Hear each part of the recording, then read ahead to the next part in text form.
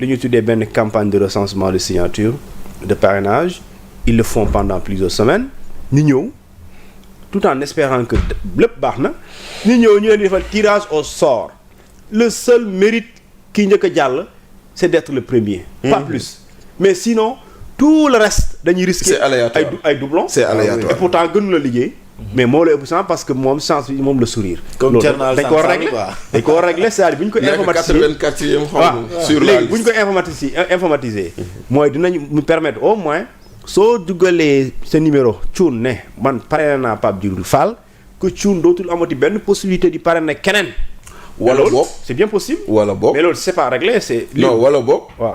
on dit que comme le parrainage n'est pas réellement une intention de vote on peut donner à quelqu'un la possibilité de parrainer 2 personnes. de parrainer beneen bi mooy.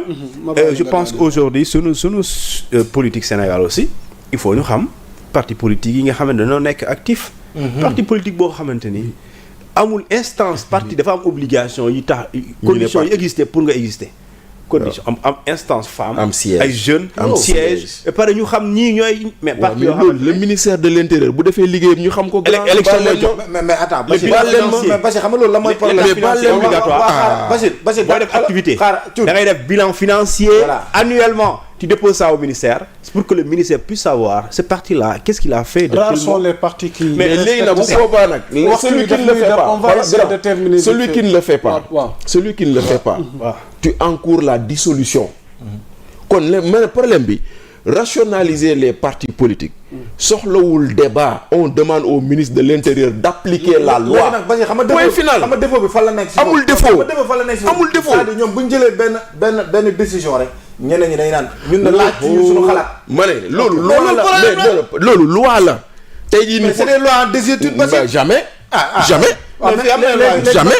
Bachir ci yow laa jëm ñu jéem a terminer parce que le même 28 bi à côté dafa am beneen xew-xew. gu ñu annoncé ak ki ñuy wax Barthélémy Dias.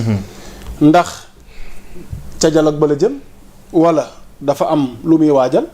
waaye lu mën a xew ñun ñëpp gis nañ annonce bi nga xamante ni mi ngi ko jàllale ci ay réseau ñu yaatal ko nag ci waxtaan wi tamit dolli ko ci lan la Barthélémy Dias pour man Bachir wax Barthélémy Dias pour man ginnaaw bi divorce bi amee diggante moo Khalifa Sall c'est acté que Barthélémy Dias dafay xàll yoonam demal boppam c'est acté que Barthélémy Dias présidentielle 2029 lay waajal dafa jàpp ni taxawu Dakar n'est plus la voiture bu mu war a jël pour egg foofu parce que bu leen fàtte tamit ne taxawu Dakar dafa juddu dans des conditions complexes Front Siggil Sénégal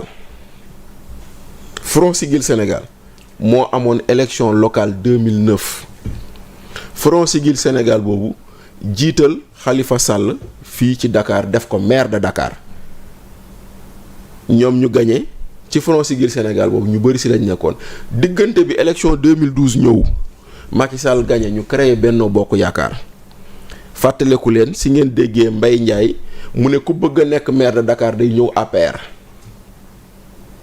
yéen a ngi fàttaleku loolu parce que dañoo bëggoon Khalifa ñëw fekk si leen Khalifa bañ ñu changer le mode d'élection ñu ne pour aller à la ville il faut être maintenant un élu dans une commune moo waraloon Khalifa Sall nekkoon candidat 2014 à Grand Yoff contre Mimi Touré qui était en ce temps premier ministre donc ñoom ñi nga xam ne ñoo àndoon ak Khalifa Sall ak Front Siggil Sénégal bu mujj doon Benno Bokk Yaakaar ñoom dañoo ne woon dañoo am sunu bilan on va défendre notre bilan loolu moo indi woon ñu créer seen coalition tuddee ko Taxawu Ndakaar après les élections locales Taxawu Ndakaar est devenu Taxawu Sénégal c'est une plateforme politique c'est pas une coalition politique ñu bëri ñu ngi ci mais tey ji Barthélémy Dias jàpp na ni bu doon woto la daw na ci oto bi ba jàpp na ni fu mu toll ni oto boobu mënatu ko yóbbu fu mu dem muy wuti beneen oto c'est la normal et légitime mais maintenant Barthélémy étant un politique il sait que le président de la République convoque le 28 mu jël bu convoqué bis boobu comme ça bu ñu waxee ci kii wax ci kii en réalité moi je vois les propos de Barth ou la date du 28 débat comme un contre-dialogue au dialogue du pouvoir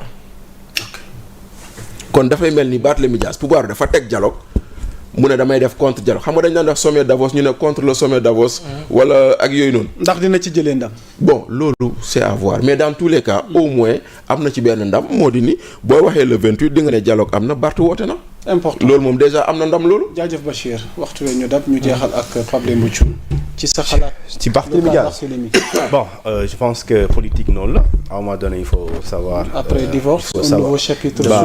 Clairement un homme politique animé d'ambition politique à un moment donné il faut savoir partir. Maintenant c'est le moment opportun pour nga dem. Je te rappelle que ñu bëri tey jot réew mi wala bëgg a jot réew mi il a fallu. À un moment donné ils ont claqué la porte. Par exemple Idriss Seck qui était à Cheikh Wade mu dem ànd ak ñoom Abdourahmane Diouf ñoom Déthié Fall ñoom Tahirou Sarr ñoom Thierno Bocoum ñooñu aussi dem màgg ak moom dem élection am expérience ñoom tamit à un moment donné ils ont claqué leur porte et la porte ils sont partis créer leur propre parti ku nekk également li nga mën a yóbbaale ko donc Barth par rapport à Khalifa je dis bien parce que booy xool avenir politique Barthélémy Dias nag vraiment moo ëpp avenir Khalifa Sall jamono ji ci wàllum politique. waaw moo ko ëpp avenir. Oui. Alors pourquoi ngay topp koo xamante ni sëñ bi bu war a yóbbaate di am yow yaa war a yóbbaate léegi jamono ji réalité politique bi laa wax de. bu yóbbaate di am. moom moo ko mën a yóbbaale. léegi yow lan nga toogee di xaar di lang di xool nekk ci ginnaaw koo xamante ni yow yaa ko war a jiitu léegi. su boobaa boo fa nekkee dafay mel ni yow xamuloo foo jëm maintenant en politique c'est ça c'est entre oser et assumer. bés bi mu tànn. waaw il a assumé il a osé de quitter. Le choix du jour du 28. Bon ça c'est on est en politique hein. En politique c'est comme ça je rappelle que quand Macky Sall defee woon forum de l'eau à Diamniadio. J'étais là-bas. Ils ont organisé un contre-forum. oui xaw ma l'eau à Dakar xaw ma lan ñu ko tuddee. waaw def nañ ko. ils ont fait ça. C'est la politique sëñ bi. Macky Sall wax na le 31 décembre Sonko wax le 31 décembre. Voilà jeex na et tout le monde ku ne da ngay xool fu la neex rek nga topp ko donc eux ils ont convoqué la date du 28 lui aussi la moom moo tànn xam na ne 28 luy xew mais mu créer un contre-événement. Pour lui et c'est politique. waaw mais wax na dëgg parce que xam nga homme politique bu nekk boo xam ne da nga am ambition. loo war a nekk mooy conquête du pouvoir parce que parti politique man pour man bu ñu ko créé yow si loolu nga war a jëm. mais tamit Thioune dafa wax lu am solo c'est-à-dire actuellement nii maanaam dayo bi Barthélémy Dias am ci système politique gu Sénégal ak langue politique gu Sénégal moo ëpp que Khalifa Sall bu mu am parce que actuellement ñi yor pouvoir bi ay jeunes lañ ay génération Barth lañ kon par exemple toll na foo xam ne moo Khalifa Sall ànd boo xam ne ànd bu yàgg la moom mu dem ba gis ne actuellement nii ma demal sama bopp. loolu mooy gën loolu tamit ñëpp dañ ko war a nangul parce que tamit Khalifa Sall aussi am na fu mu nekkoon. exactement nañu waxante dëgg. moom am na fu mu nekkoon. dem ba gis ne war na demal boppam et cetera. et il a tenté mais voilà il a tenté mais affaire yi jàllul ak yu mel noonu loolu lu normal la ak tamit le 28 bi mu jël comme date xam nga dama mës a déglu si benn waxu Ablaye Wade nee na homme politique. même bu ñuy wax si yow lu bon sax loolu lu baax la si yow. Bien ou en mal loolu lu baax la si yow. c'est-à-dire homme politique dafa soxla bruit. Le 28 actuellement ku ne xam na ne ñu ngi koy tudd rek le 28 moom mu jël le 28 bi léegi moom day bokkaale si il a déjà gagné sur ça. Est-ce qu'il fera poids. waaw il fera au-delà tey jii tàggale koog beeg Khalifa qui est déjà acté tey mu jël yoonu boppam mais dafa am en face tey un régime boo xamante nag est-ce qu'il fera le poids face à ce régime. waaw mais xam nga actuellement nii Barthélémy Dias nii face à ce régime booy xool damay ne dafa wàññeeku quelque chose. voilà dafa wàññeeku bu baax. mais ndax dina judduwaat nag loolu moom moo koy liggéey. loolu moom moo koy liggéey. c'est-à-dire que en politique il faut comprendre qu'il y a deux dynamiques. On ne gagne jamais indéfiniment ou définitivement et on ne perd jamais définitivement. Voilà. C'est une boule qui tourne en fonction des contextes. Exactement. Maintenant, les contextes peuvent être favorables au pouvoir, le pouvoir se maintient, les contextes peuvent être défavorables au pouvoir, keneen jël ko. Donc noo rek lay demee. jaajëf. amoon nañ mbégte vraiment teewle leen ànd ak yéen ci jotaay Carrefour.